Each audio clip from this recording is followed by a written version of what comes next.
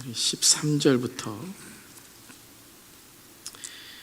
우리 22절까지의 말씀입니다. 우리 함께 우리 큰 목소리로 봉독하도록 하겠습니다.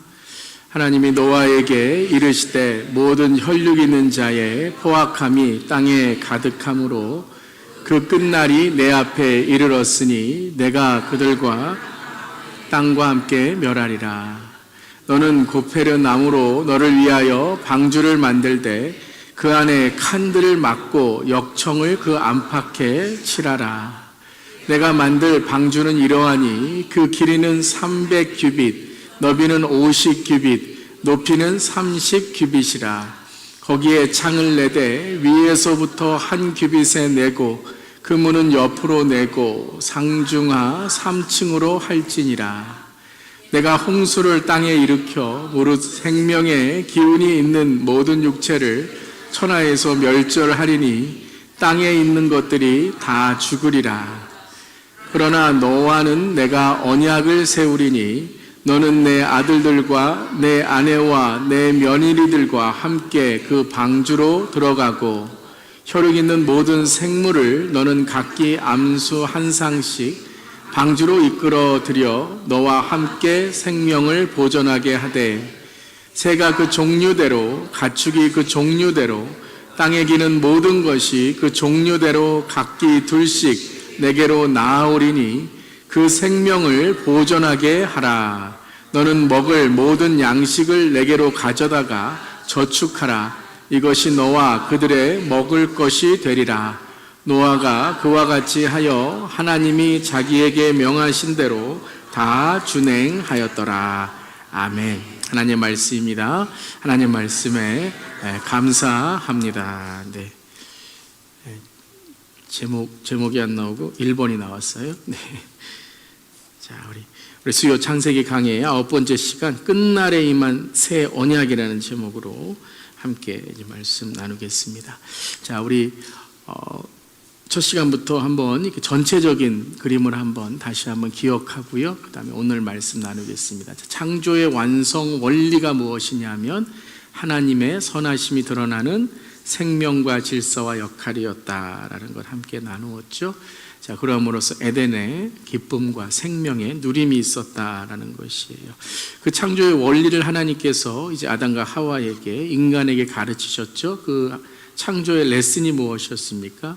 생명나무와 선악과였죠. 생명나무는 생명을 누리는 것, 자유하는 것을 말씀하시고 그 자유를 지키기 위해서는 하나님의 질서, 역할의 선악과를 지키고 순종해야 된다라는 것을 함께 나누었습니다. 이제 1장과 2장이었죠.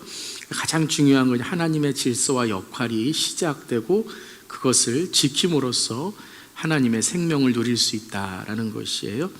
자, 그 다음에 3장에 와서는 죄가 들어오죠. 죄로 인한 결과가 무엇이었냐면 참 생명이신 하나님과의 분리였다라는 것이에요. 그래서 죽음이 오게 됐다라는 것이죠. 그 죽음이라는 것은 단지 육적인 죽음만이 아니라 이제 그 죽음을 통해 하나님과의 분리가 계속될 때 영원히 그것이 영원한 형벌이 되고 영원한 죽음이 된다라는 걸 깨닫게 하시기 위한 것이었죠. 그래서 죄를 통해서 그들을 깨닫게 하시고 질서와 역할이 이제 깨어지게 됐죠. 그러함으로써 인간 자신이 두려움과 수치심을 통해 하나님의 보호하심과 지키심을 의지하는 것이 아니라 자기 자신이 자기를 이제 두려움과 수치심에서 지키려고 하는 그러한 이 자기의 질서, 자기의 역할, 이게 선악과죠. 자기 판단이 시작되게 되었다라는 것이에요.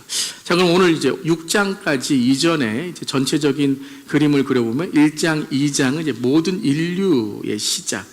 그러니까 이제 아담과 하와이지만 그 인간의 시작, 모든 인류, 모든 축복, 그 첫 시작과 또 첫 축복, 에덴에 있는 하나님의 은혜의 그 에덴을 우리가 보았고요. 3장의 죄로 인한 분리가 이루어졌고, 그다음에 4장에 들어와서는 이제 죄가 어떤 이제 계보를 이루게 되었는가? 가인의 그 살인, 그리고 가인의 계보, 그리고 가인이 자기 아들을 통해 자기를 지키는, 이제 가인은 자기의 길을 가는 거예요. 자기의 길을 가는 자가 있고, 이제 5장에 와서는 그것을 회복하는 아담의 계보, 창조로부터 시작해서 셋, 에노스. 그래서 여호와 이름을 비로소 부르게 되었다. 예배가 회복되는 그러한 삶이 되었습니다. 자, 그러면서 6장이 들어가면 이제 이것이 두 갈래로 나누어집니다. 우리의 인생에 두 갈래가 있는 거죠. 예수를 믿는 삶과 예수를 믿지 않는 삶인 것처럼 이 창세기에도 이제 두 갈래의 길을 가는 사람들, 가는 가문, 가는 나라, 가는 선과 악을 이제 창세기로부터 성경 마지막까지, 그러니까 이것이 이제 천국과 지옥, 선과 악, 하나님을 택한 자, 하나님을 떠난 자, 이렇게 볼 수가 있는 것이죠. 그래서 하나님을 떠난 사람들, 그리고 하나님과 함께하는 사람들의 이야기가 이제 6장으로부터 시작되는 거예요. 6장에 이제 하나님을 떠난 사람들의 어떤 결말, 그리고 하나님과 함께한 사람들의 결말에 대해서 이제 말씀하시면서 오늘도 이제 6장에 그 첫 번째에 왜 그런 일이 일어났는가에 대한 원인을 말씀하십니다. 그러니까 6장은 원리라기보다 원인, 그러니까 이렇게 있기 때문에 이런 일이 일어났다라는 어떤 병, 죄에 대한 그 시작을 이제 말씀하시고, 또 은혜의 원리, 어떻게 노아가 은혜를 받았는가에 대한 은혜의 원리를 또 우리가 찾을 수 있습니다. 오늘 크게는 두 가지로 하나님을 떠난 사람의 모습과 하나님과 함께하는 사람의 모습을 함께 6장을 통해 배우도록 하겠습니다. 첫 번째 우리 포인트입니다. 함께 읽겠습니다. 인간의 타락은 하나님의 아름다움을 죄의 유혹으로 바꾸었습니다. 자, 그러니까 3장의 선악과를 볼 때에 이제 하나님의 아름다움이 아니라 탐스럽고 먹고 싶고 그리고 지혜로운 것처럼 보이는 그 선악과를 하나님의 선, 토부에서 자기의 선악으로 바꾸게 되었죠. 그것이 6장에 계속되는 거예요. 4장의 가인의 모습을 통해서 볼 수 있고 6장에 이제 인간의 타락의 이 부패, 심하게 되는 이 모습 속에서 볼 수 있는데, 하나님의 아름다움을 무엇으로 바꾸었다고요? 죄의 유혹, 죄의 타락으로 바꾸었다. 그래서 이제 1절과 2절의 그 원인, 그리고 어떻게 이것들이 죄가 확장되고 이 죄가 심하게 되었는가, 이것을 1절, 2절에 말씀하시죠. 우리 함께 읽겠습니다. 사람이 땅 위에 번성하기 시작할 때 그들에게서 딸들이 나니 하나님의 아들들이 사람의 딸들의 아름다움을 보고 자기들이 좋아하는 모든 여자를 아내로 삼는지라. 자, 이제 1절과 2절은 좀 신학적으로 많이 많은 다른 견해들이 있습니다. 특별히 뭐 하나님의 아들이 누구이고 사람의 딸이 누구이고 그런 신학적인 견해들이 있는데, 여러분이 이런 말씀을 읽을 때에는 너무 신학적이라든가 또는 어떤 해석적이라든가 이런 부분에 너무 강조하지 마시고 성경을 잘 읽는 방법으로 성경을 읽으실 수 있길 바랍니다. 모든 목사님들이 다른 그런 이제 의견이 있으시겠지만, 저는 성경을 잘 읽는 방법은 성경을 전체적으로 읽는 겁니다. 큰 그림으로 읽는 것입니다. 그래서 하나님의 아들이 누군가, 사람의 딸이 누군가, 이걸 자꾸 파헤치려고 하는 것보다 전체적으로 이 6장에서 1절, 2절이 왜 여기 등장을 하는가, 왜 이야기가 등장을 하는가, 그리고 5장과 4장에 있었던 이야기를 토대로 오늘 1절과 2절을 우리가 해석한다면 조금 더 우리가 성경적인 해석, 물론 신학적인 것은 이 오늘 내용을 자꾸 신학적으로 예를 들어서 천사냐, 하나님의 아들이 누구냐, 혹은 어떤 다른 근대의 어떤 왕의 그런 가문이냐, 이런 어떤 다른 그런 신학적인 견해가 아니라 좀 전체적으로 우리가 보게 된다면 전통적으로 이렇게 사람의 아들과 이 하나님의 아들을 해석을 하게 되는데, 이것이 마틴 루터의 해석이기도 하고 여러 이제 신학자들의 전통적인 좀 성경의 토대로 하는 해석은, 하나님의 아들은 하나님을 믿는 가문이다. 그러니까는 셋의 가문, 하나님을 믿는 가문들의 하나님의 아들들과, 그러니까 이제 하나님의 아들들이라는 뜻보다 하나님 자신의 아들이 아니라 하나님을 믿는 그런 가정의 아들, 가문의 아들들, 자녀들과 사람의 딸들이라 그러면 누구를 뜻할까요? 가인의 계보를 따르는 가인의 자녀들을 말하는 것이죠. 이게 전통적인 어떤 해석 중에 하나인데요. 물론 자꾸 거기에만 있는 것이 아니라 우리가 이 말씀 볼 때 첫 번째 무엇으로 시작합니까? 사람이 땅 위에 번성하기 시작할 때, 자, 번성하라, 생육하라, 이것은 하나님의 축복이었어요. 근데 하나님의 축복을 어떻게 지금 1절에서 바꾸기 시작합니까? 그렇죠. 자기의 어떤 좋은 것으로 아내를 삼고 자기의 좋은 것으로 번성하고 자기의 어떤 유혹과 쾌락을 채우려고 하는 모습을 우리는 1, 2절에서 찾을 수 있다라는 것이죠. 사람이 땅 위에 번성하기 시작할 때 이미 하나님은 생육하고 번성하라고 약속하시고 축복을 주셨는데 그것은 하나님의 번성과 생육과 다스림이 아니라 인간 자신들의 생육과 번성함으로 살아가기 시작했다라는 거죠. 그것이 무엇이에요? 자기들이 좋아하는 모든 여자를 아내로 삼는지라라는 거예요. 여러분 좀 말이 어폐가 좀 있죠? 좀 이상하지 않으세요? 자기가 좋아하는 여자를 아내로 삼는 것이 아니라 어떻게 해요? 모든 여자를 아내로 삼는다는 거예요. 그러니까 이게 여러분 어떤 이제 여기엔 7명의 아들이 있는데 여기엔 7명의 딸이 있어서 7명끼리 모든 사람이 다 결혼했다. 이 의미는 아니겠죠. 이 의미를 강조하는 건 아니겠죠. 무슨 의미일까요?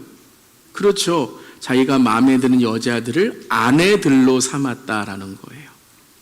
자기가 보기에 좋은, 자기가 보기에 매력적인, 자기의 보기에 쾌락을 채울 수 있는 여자들을 자기들이 좋아하는 아내로 삼았다라는 거죠. 이때에는 여러분 지금과 다른 그런 문화잖아요. 가부장 시대이고 남자가 우선이고 하기 때문에 남자가 자기의 힘과 권력을 통해 여자들을 다스리고 마음대로 자기의 아내로 삼는 것이죠. 하나님께 물어보고 하나님께서 선택하신 하와와 같은 여자가 아니라 자기가 보기에 좋은 자기의 아름다움으로 아내를 삼기 시작하는데 한 명의 여자나 하나님이 선택하신 여자가 아니라 모든 여자, 즉 여러 여자를 아내로 삼았다라는 것이죠.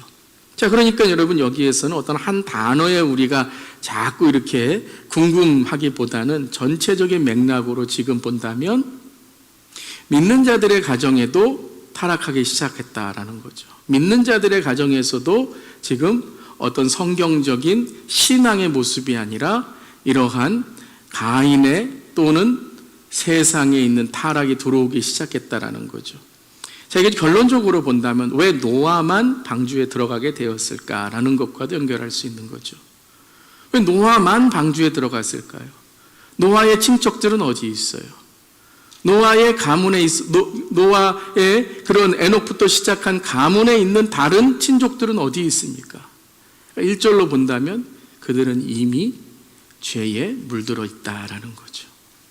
노아만이라는 것이죠. 사랑하는 성도 여러분, 마지막 때에 우리 영적으로 깨어있는 우리 모두에게를 바랍니다.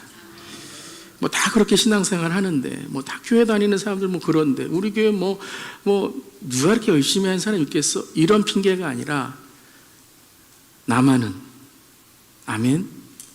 나는 하나님께 온전한 예배를 드리는, 온전한 신앙을 지키는 우리 모두에게를 주님의 이름으로 축원합니다. 그래서 3절에 그러한 어떤 가인의 가문이나 죄의 가문만이 아니라 하나님을 믿는다고 하는 가문들, 모태 신앙인 가문들, 신앙의 몇 대가 되는 가문들이 이제 신앙이 끊어지고 하나님을 잊기 시작하니 3절에 이런 결과가 있게 되는 것이죠. 함께 3절 읽겠습니다. 여호와께서 이르시되 나의 영이 영원히 사람과 함께 하지 아니하리니 이는 그들이 육신이 됨이라. 그러나 그들의 날은 120년이 되리라 하시니라. 나의 영이 영원히 사람과 함께 하지 아니하리라. 이걸 이제 한 단어로 한다면 거룩하지 않다라는 거죠. 하나님은 거룩하시고 거룩한 사람에게 하나님의 뜻과 하나님의 영을 허락하시는데 하나님의 영이 함께할 사람이 있지 않다. 그들이 육신이 되었다. 육신이라는 것은 우리의 이 피부가 아니라 죄, 세속, 타락을 의미하는 거죠. 그들이 타락되었다라는 것이에요. 그러나라고 나와요. 그러나, 그래서 그들의 날은 120년이 아니라 그러나 그들의 날은 어떻다고요? 120년이 되리라 하셨다는 거예요. 네. 그러니까 수명이 짧아졌다라는 이유가 아니라 내가 120년 동안 어떻게 하겠다고요? 기다리겠다라는 거예요. 그들이 돌아오기를 기다리겠다라는 거예요. 그러니까 이것은 어떤 한 사람의 수명을 얘기하는 것이 아니라 이제 앞으로 120년, 앞으로 내가 너희들이 돌아올 회개할 시간을 내가 허락하겠다. 그들의 날, 그들이 죽음에 이르기 전에 돌아오고 회개할 수 있도록 하나님께서 지금 기다리시겠다라는 것이죠. 그래서 어떤 신학자는 노아가 방주를 짓는 그 횟수가 120년이 되지 않을까. 그러니까 노아가 방주를 지은 그런 횟수는 없어요. 성경에. 그러니까는 뭐 며칠 비가 내리고 했다 뭐 하는 그러한 횟수는 있지만 몇 년을 지었다라는 건 나오지 않기 때문에 하나님께서 회개할 기회를 주신 120년이 노아가 방주를 진 횟수가 아닌가라고 생각하는 견해도 있다라는 것이죠. 자, 그런 이후에 다시 한번 이 사람의 딸과 하나님의 아들에 대해서 강조를 하시는데요. 6장 4절 함께 읽겠습니다. 당시의 땅에는 네피림이 있고 그 후에도 하나님의 아들들이 사람의 딸들에게로 들어와 자식을 낳았으니 그들은 용사라 고대의 명성이 있는 사람이었다. 당시의 땅에는 네피림이 있었고 그 후에는 하나님의 아들과 사람들의 딸들에게 들어와 자식을 낳았으니 개정개혁에는 이게 두 문장처럼 들려요. 그러니까 여러분들이 이렇게 읽으실 수도 있어요. 네피림이 있는데 또 하나님의 아들과 사람들의 자식도 있다. 이렇게 여러분이 읽을 수 있는데 마지막 구절은 뭐라 그래요? 그들은 그래요. 그들이 누구예요? 하나님의 아들과 사람의 딸, 그러니까 믿는 가정과 믿지 않는 가정이 만나서 예수를 믿게 해서 교회 다니게 한 게 아니라 오히려 믿는 가정에 내가 전도하겠다고 나는 안 믿는 가정을 전도하겠다고 그랬는데 오히려 교회도 안 다니고 신앙도 다 망가지고 자녀들은 뭐 다 교회 안 다니고 이렇게 되는 거죠. 그런데 그들이 누구냐면 네피림인 거예요. 이게 새 번역으로 읽으면 이렇게 나와 있습니다. 새 번역 다시 한번 읽어볼게요. 그 무렵에 그 후에도 얼마 동안 땅 위에는 네피림이라고 하는 거인족이 있었다. 그들은 하나님의 아들과 사람의 딸들 사이에서 태어난 자식들이었다. 그들은 옛날에 있던 용사들로서 유명한 사람들이었다라는 거예요. 네피림이 누구예요? 믿는 가정과 믿지 않는 가정, 하나님의 아들과 사람의 딸들 사이에 태어난 자식들이 네피림이다라는 거예요. 그러니까 이런 거예요, 여러분. 쉽게 말하면 성공했다라는 거예요. 돈 많이 벌었다라는 거예요. 연예인 돼서 인기 있다라는 거예요. 그러니까 사람들이 뭐라 그래요? 아니 뭐 교회 다닐 필요 없네. 그 가정에서 좋아하는 거예요. 또 믿는 가정에서도 교회 안 다니고 신앙도 뭐 다 떨어지고 아이들도 막 신앙 없는데 야 좋은 대학 갔어, 뭐 성공했어, 연예인이야, 뭐 우리가 아는 뭐 그런 막 아이돌 K-팝 그룹 막 거기에 있는 그 멤버야 그러면서 야 성공했네 그러면서 신앙이 없어도 이렇게 성공할 수 있네 이렇게 되는 거예요. 세상의 부러움을 사는 가문이 됐다, 가정이 됐다라는 거예요. 그런데 하나님의 보시기에는 어떻습니까? 하나님이 보시기에는 타락한 가정이죠. 이제는 그 자녀들은요, 세상에 맏을 들이고 세상에 성공하고 인기가 있고 세상의 돈, 세상의 명예, 세상의 권력에 취했기 때문에 더 이상 돌아올 수 없는 가문이 된 거예요. 그 가문은 이제 끝난 거예요. 그 가문은 이제 믿음이 끝난 거예요. 좀 고난이 있고 실패를 하고 뭐 가정이 조금 부족하고 그러면 얘들아 나오미 가정처럼 우리 베들레헴으로 돌아가자. 그렇게 그러면 며느리까지 예수 믿는 가정이 될 텐데 야 이게 웬일이에요? 사탄이 역사를 해서 성공을 해버리고 비즈니스가 몇 가게 되고 연예인이 되고 막 그 연예인이 아들이었어? 가끔 그런 분들 계세요. 우리 교회 연예인이 다녀요. 물론 이제 그 연예인은 믿음 좋은 연예인이니까 자랑해야 되겠지만 그렇게 우리가 부러움을 사는 자녀들이 됐다. 이게 네피림이라는 거죠. 이 네피림이 나중에 어디에 나옵니까? 인수기에 나오잖아요. 10명의 정탐꾼이 가나안 땅에 정탐 갔는데 네피림의 거인들이 있는 거예요. 그 땅들을 이제 정복하는 그 네피림의 자손들이 가나안 땅에 있게 되는 것이죠. 자, 그런데 4절에 이렇게 사람들이 부러움을 사는 가정이 됐다, 가문이 됐다라고 하는데 하나님은 어떻게 보세요? 자, 여기서부터가 이제 하나님이 보시는 너무 중요한 신앙의 포인트죠. 6장 5절 함께 읽겠습니다. 여호와께서 사람의 죄악이 세상에 가득함과 그의 마음으로 생각하는 모든 계획이 항상 악할 뿐임을 보시고, 12절도 동일하게 이렇게 말씀하시죠. 함께 읽겠습니다. 하나님이 보신즉 땅이 부패하였으니 이는 땅에서 모든 혈육 있는 자의 행위가 부패함이었더라. 자, 여러분 성경을 한번 잘 묵상해서 읽어보시길 바랍니다. 자, 이게 그냥 여러분 지금 밖에 나갔더니 세상이 막 뭐 거짓이 있고 막 세상에 악이 있고 막 세상에 막 전쟁이 있고 막 이런 의미가 아니라 4절과 5절을 읽어보면 죄악이 세상에 가득하고 그 모든 것이 항상 악할 뿐임을 수평적으로 보시는 것이 아니라 어떻게 보세요? 지금 세대적으로 보시는 거예요. 예. 그러니까 그냥 한 세대에 지금 악이 있는 것으로 끝나는 게 아니라, 그럼 여러분이 한 세대가 악으로 끝나고 다음 세대가 회개해서, 우리 그렇게 여러분 하나님께서 우리의 새로운 세대를 세우시고 성도들 다음 세대를 세우시고 할렐루야 이렇게 성경적 세대를 세우시고 하면 우리 희망이 있잖아요. 소망이 있잖아요. 아무리 1세대가 지금 신앙이 뭐 이래도 우리가 다음 세대 잘 믿음으로 양육해서 그 다음 세대가 하나님의 세대로 일어난다면 여러분 우리는 희망이 있는 줄 믿습니다. 그런데 어떻게 했다고요? 세대와 세대의 지금 악이 계속 여러분 이어지고 있다는 거예요. 하나님이 어떻게 보신 거예요? 30년 후, 50년 후, 100년 후를 봐도 뭐예요? 믿는 자가 없는 거예요. 이 세상엔 악만 있는 거예요. 그러니까 여러분 우리 세대에 지금 보는 그런 악이 아니라 이것은 다가올 세대까지 하나님이 보실 때에 이것은 바로 여호와께서 사람의 죄악이 세상에 가득하고 항상 공간만이 아니라 시간을 말씀하신 거죠. 항상 악한 분을 어떻게 하신다고요? 보시고, 하나님이 보시고 있다라는 거예요. 12절에도 강조하시죠. 하나님이 보신즉, 하나님은 여러분 우리를 보시는 줄 믿습니다. 근데 그게 단지요, 저는 이 말씀 읽으면서 단지 나의 마음을 보시는 게 아니라 여러분 우리의 가문을 보시고 우리의 가정을 보시고 우리의 다음 세대를 보시고 우리의 눈물을 보시는 줄 믿습니다. 자녀 잘된 것에 대해서 막 기뻐하는데 자녀 믿음 없는 것에는 눈물을 안 흘리고 울지를 않아요. 하나님은 뭐라고 하시는 거예요? 희망 없다, 소망 없다 말씀하시는 거예요. 근데 여러분 하나님의 아들과 사람의 딸들의 하나님의 아들들이 아까 우리가 이제 해석을 본다면 믿는 가정이죠.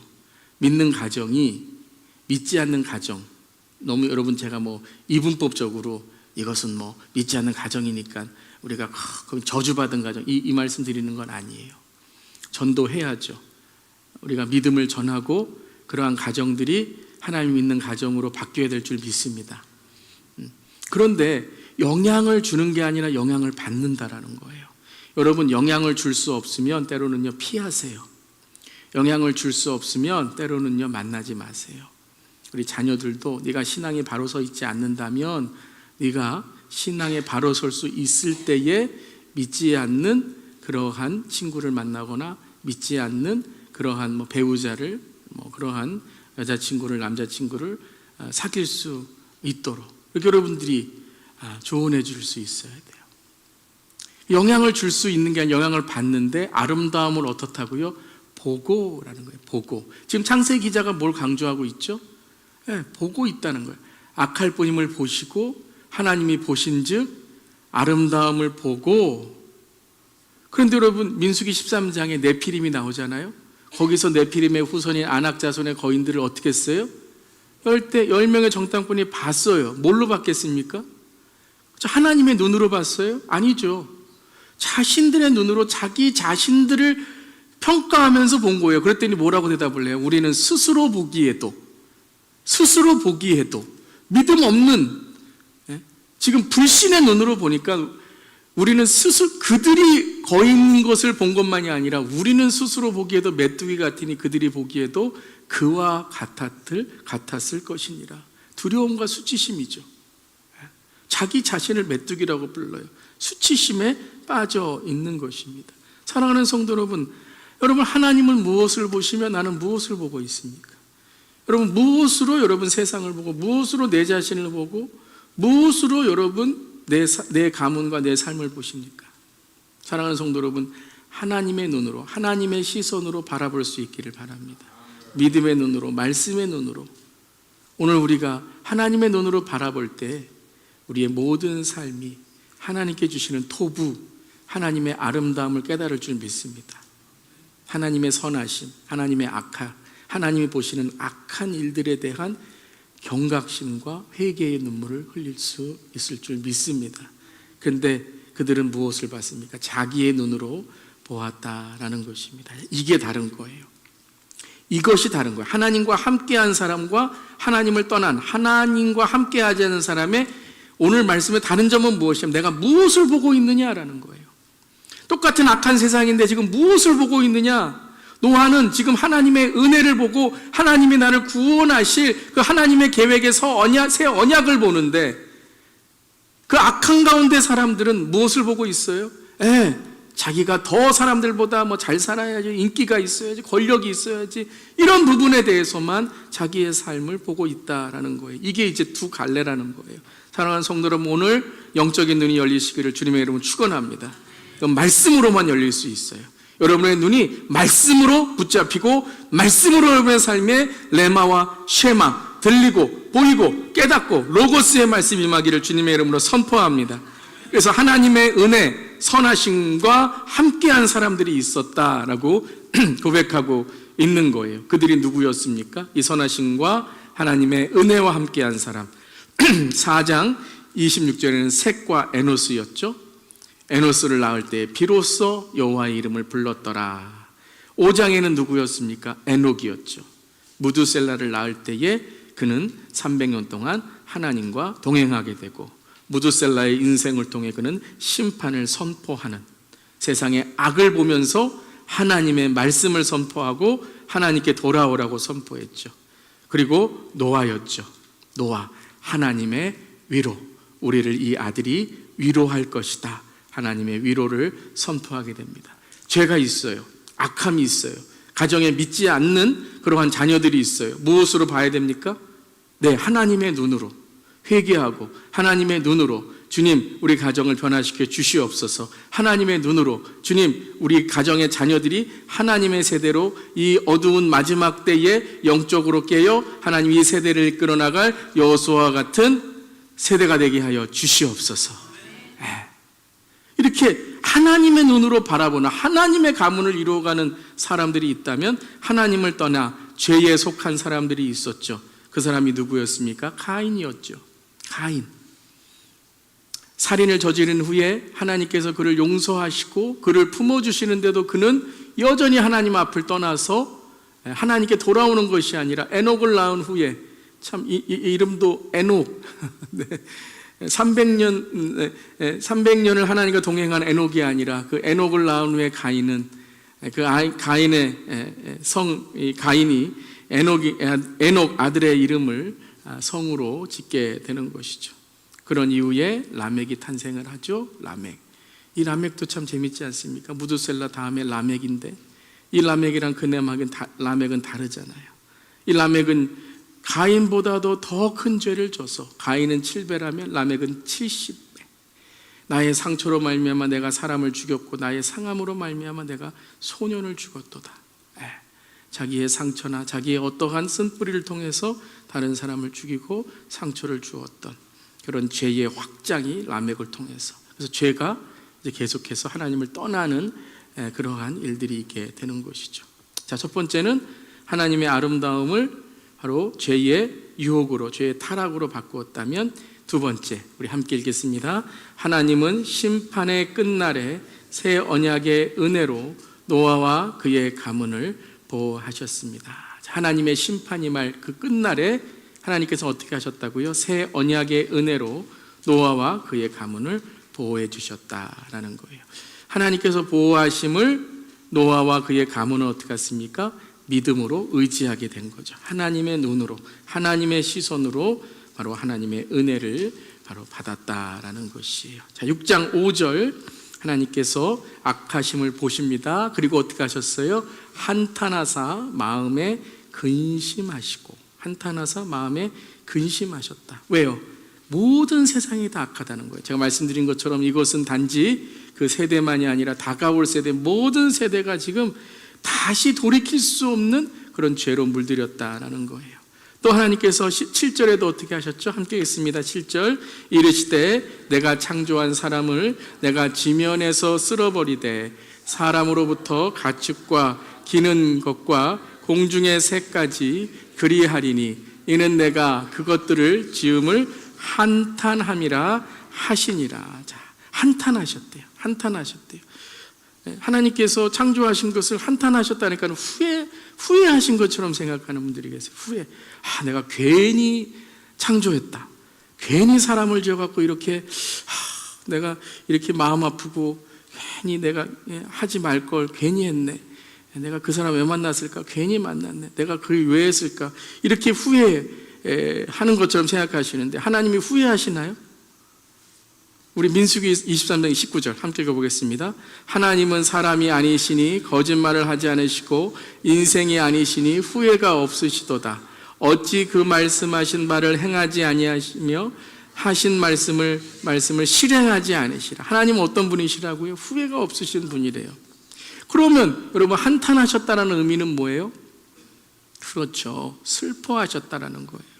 슬퍼하셨다, 애통하셨다, 통곡하셨다. 탕자의 비유에서 아버지가 그 잃어버린 아들을 그냥 매일매일 그 나가서 언제 올까 슬퍼하고 통곡하고 한탄하는 그거예요. 후회한 게 아니에요. 내가 이 아들한테 왜 줬을까?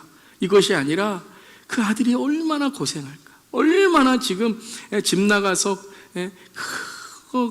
아버지 품 안에 있을 때는 그렇게 편안하게 있던 그 아들이 지금 어디 가서 있을까? 한탄하신다는 거예요.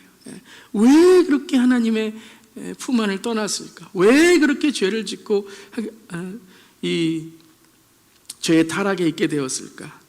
이 한탄이라는 게 뭐예요? 십자가죠. 십자가 여러분. 십자가를 통해 모든 인류의 죄를 어떻게 하신 거예요? 한탄하신 거예요. 한탄하신.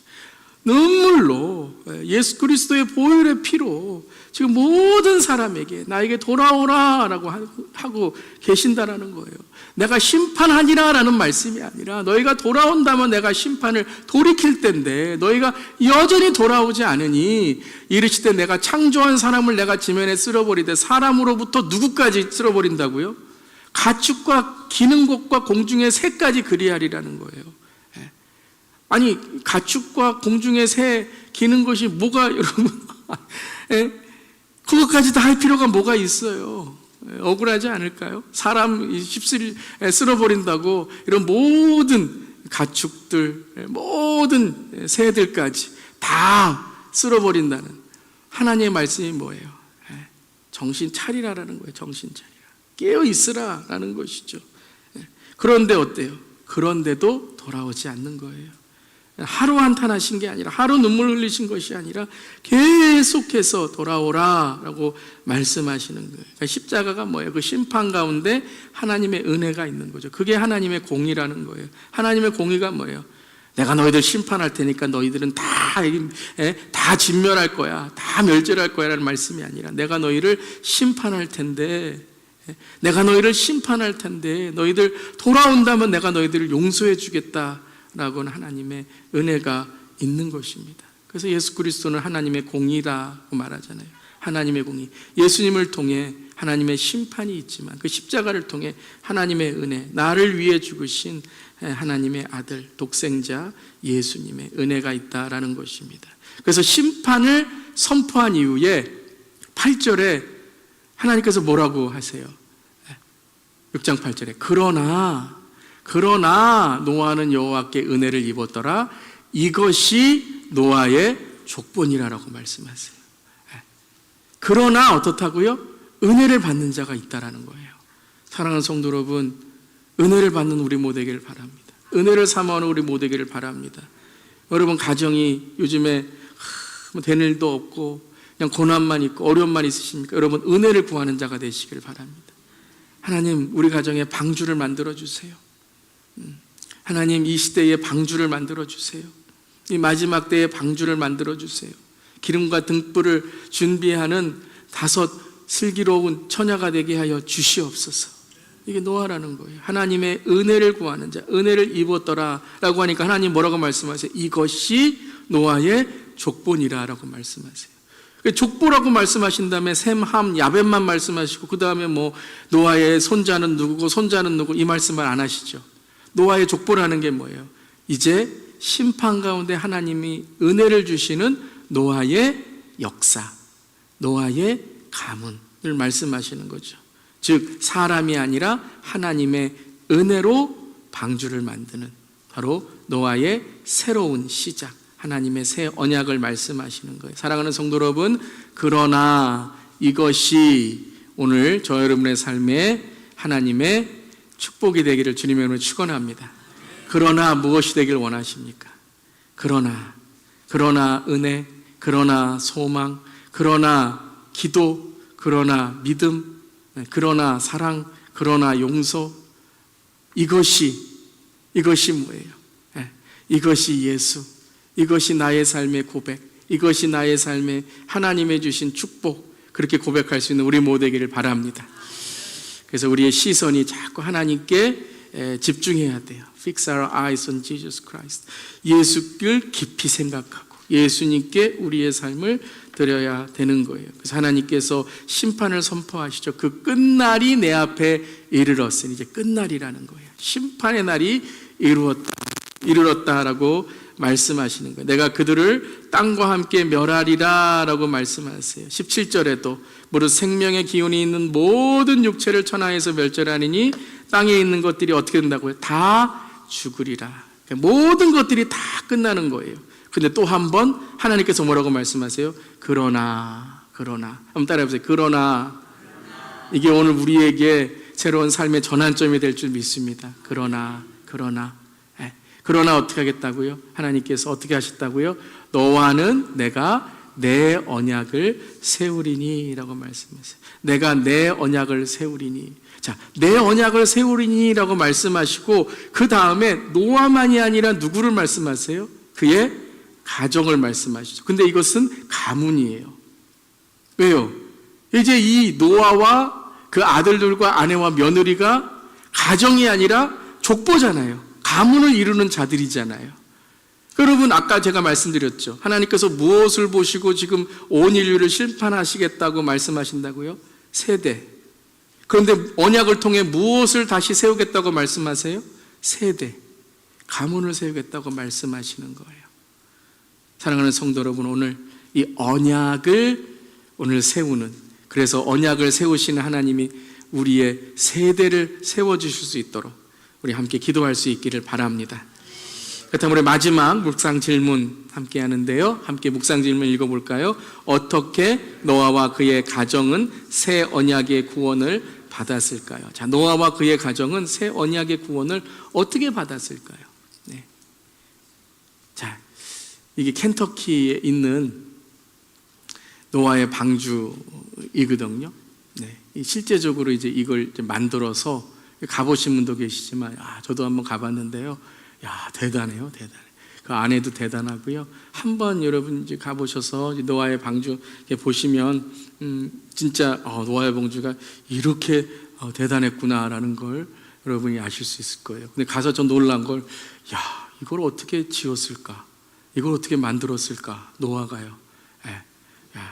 근데 가만히 보면 노아 혼자 만든 것 같지는 않아요. 물론 이제 주위에 있는 목수들이나 이런 사람들도 다 불러서 함께 했겠죠. 근데 그 사람들은 다 어디 갔어요? 다 만들면서 노아 이거 이렇게 크게 만들어, 와 대단하네. 다 만들어 놓고, 노아 이거 대단하네. 그리고 또 친척들도 불렀을 거 아니에요. 친구들도 불렀을 거 아니에요. 들어와서 뭐라 그래요? 와 대단하다. 놀랍다. 그런데 막상 홍수가 나고 심판이 임했을 때에는 그 방주 안에 있지 않았다라는 것이죠. 사랑하는 성도 여러분, 교회만 그냥 다니고 그저 종교적인 행사에만 다니지 않고 진정한 구원의 방주에 들어오는 우리 모두, 또 우리 주 예수 교회 모든 성도님들 될 수 있기를 바랍니다. 그래서 크기가 대단한 게 아니라 바로 하나님께서 이 방주를 준비하셔서 모든 생명을 구하시기를 원하신다라는 것이죠. 그래서 6장 14절에 너는 방주를 만들되 라고 하십니다. 자, 노아가 방주를 만들었어요. 노아가 방주를 짓지 않을 만 가지의 이유가 있었을 거예요. 짓지 않을 만 가지의 이유. 어떤 이유들이 있었을지 한번 생각해 봤습니다. 비를 한 번도 보지 못했거든요. 노아는 그 전에 비 왔다는 그런 구절이 없어요. 비를 한 번도 보지도 않고, 또 다음 시간에 우리 보게 되겠지만 들어갔을 때에도 비가 와요, 안 와요? 들어갈 때 비 올 때 들어가지 않았어요. 산에 방주를 지으래요. 방주는 어디다 지어요? 바다에다 지어야죠. 그래야 그래도 그러니까 바다 옆에, 바다에서 지을 수는 없겠지만 바다 옆에 지어서 방주를 띄워야 되는데 산에다가 지으래요. 산에다가. 또 노아는 자기가 목수도 아니잖아요. 물론 다른 목수들을 불러서 뭐 도와달라 그럴 수도 있겠지만 자기가 계획을 하고 모든 것을 해야 되는데, 하나님, 난 전문가도 아니고 나는 지식도 없고 나는 아무것도 모르잖아요. 그렇게 나는 목수가 아니라고 할 수 있어요. 4번부터 10,000번까지 그냥 뭐 해요? 그냥 브라브라브라. 이게 무슨 말이냐면 핑계하고 변명하고 하지도 않고 뭐 해본 것처럼 그냥 계속 브라브라 계속 말하는 거예요. 그런 사람이, 우리도 그럴 때 있죠. 뭐 하라 그러면 그냥 하면 될 텐데 그냥 뭐해서 안 되고 저래서 안 되고, 한번 해보면 알 텐데 뭐가 이렇고 저가 이렇고, 그런 변명들이 얼마나 많이 있습니까? 그런데 노아가 방주를 지은 한 가지의 이유가 있었어요. 이걸로 지은 거예요. 한 가지의 이유를 이제 6장 8절 10절 말하죠. 함께 읽어보겠습니다. 이것이 노아의 족본이라. 노아는 의인이요 당대의 완전한 자라. 그는 하나님과 동행하였으며 세 아들을 낳았으니 셈과 함과 야벳이라. 노아는 어떤 사람이라고요? 의인이다라는 것은 흠이 없다, 종교적으로 의로운 사람이다라는 말이 아니라, 의인이라는 것은 어떤 뜻이에요? 하나님 앞에 의로운 자다. 하나님 앞에 의로운 자다. 당대의 완전한 자다라는 의미도 여러분 성경적인 의미의 완전함이에요. 무슨 뜻이죠? 토부, 하나님의 선하심을 의지하는 자다라는 거예요. 실수 없고 모든 것을 잘하는 그런 사람이 아니라 하나님 앞에 그는 하나님의 말씀을 온전히 지키는 자이고, 하나님과 어떤 사람이었다고요? 동행하는 사람이었대요. 근데 여러분, 셈과 함과 야벳을 세 아들을 낳았다는데 몇 세에 낳은 줄 아세요? 5장 32절에 500세에 낳았대요. 500세에. 500세에 셈과 함과 야벳을 낳았더라라고 나와 있어요.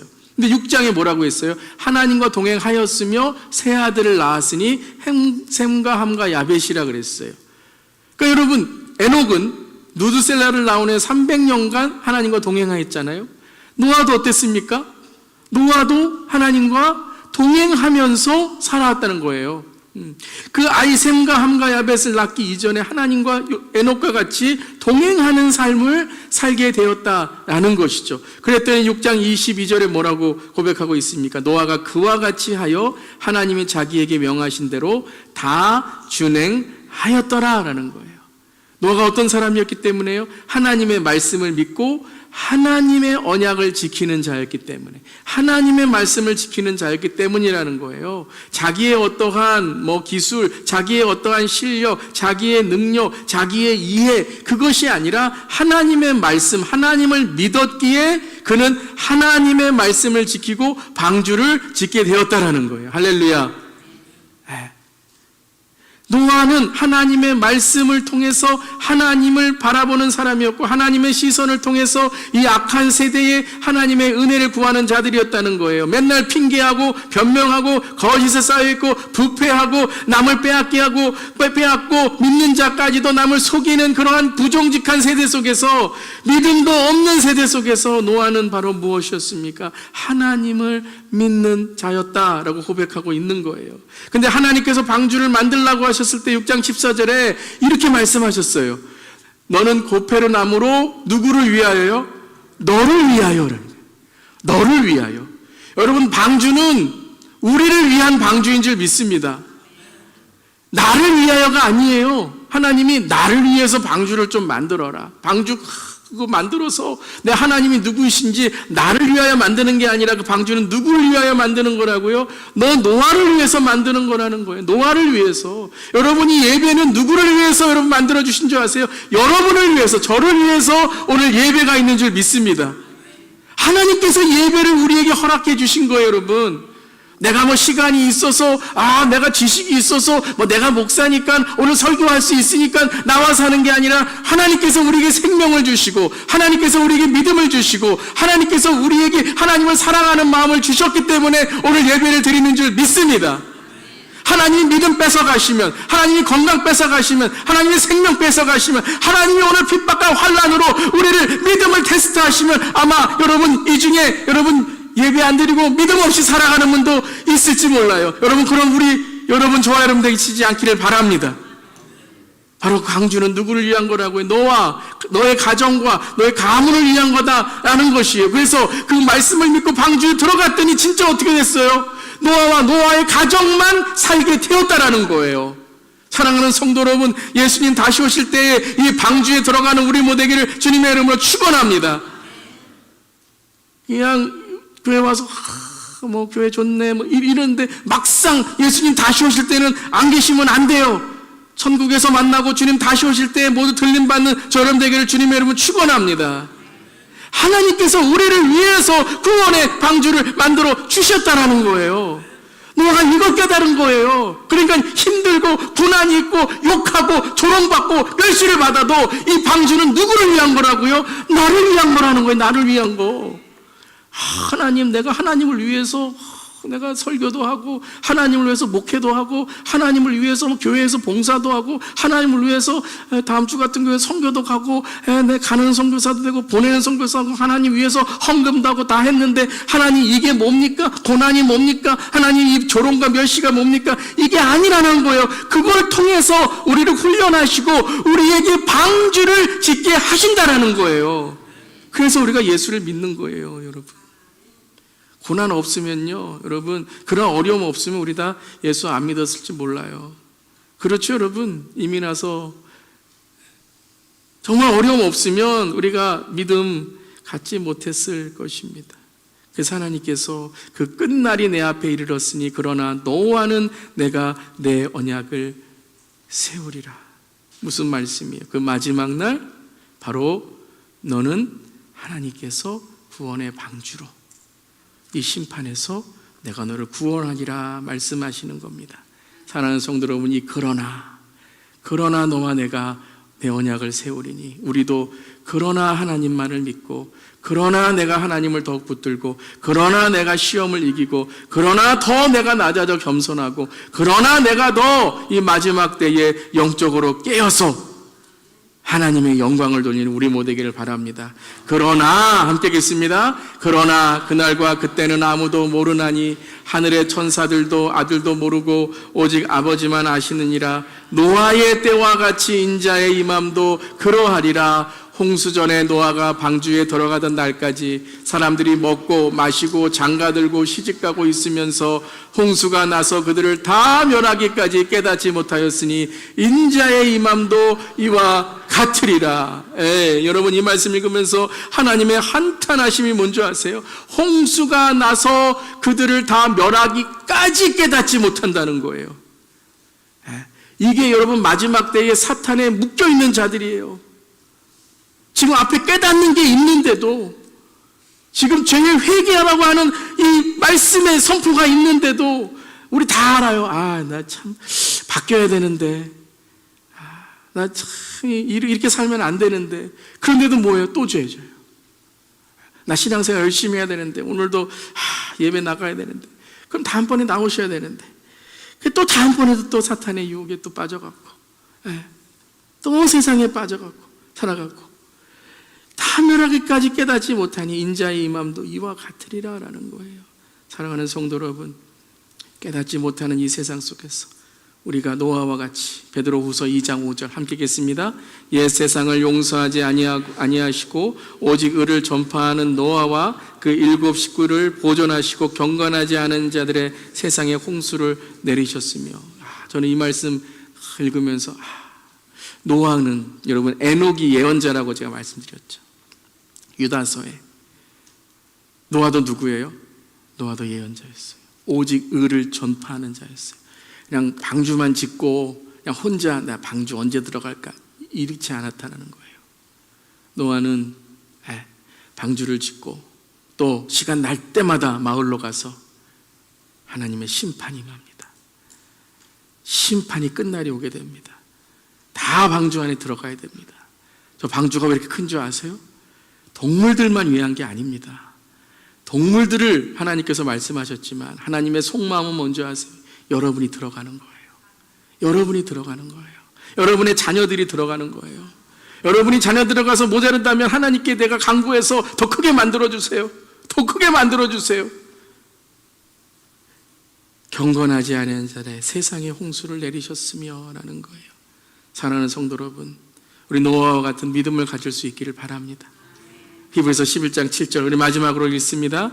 믿음으로 노아는 아직 보이지 않는 일에 경고하심을 받아 경외함으로 방주를 준비하여 그 집을 구원하였으니 이로 말미암아 세상을 정죄하고 믿음을 따르는 의의 상속자가 되었느니라. 아직 보이지 않는 일에 경고하심을 받아 경외함으로 방주를 준비했다라는 것입니다.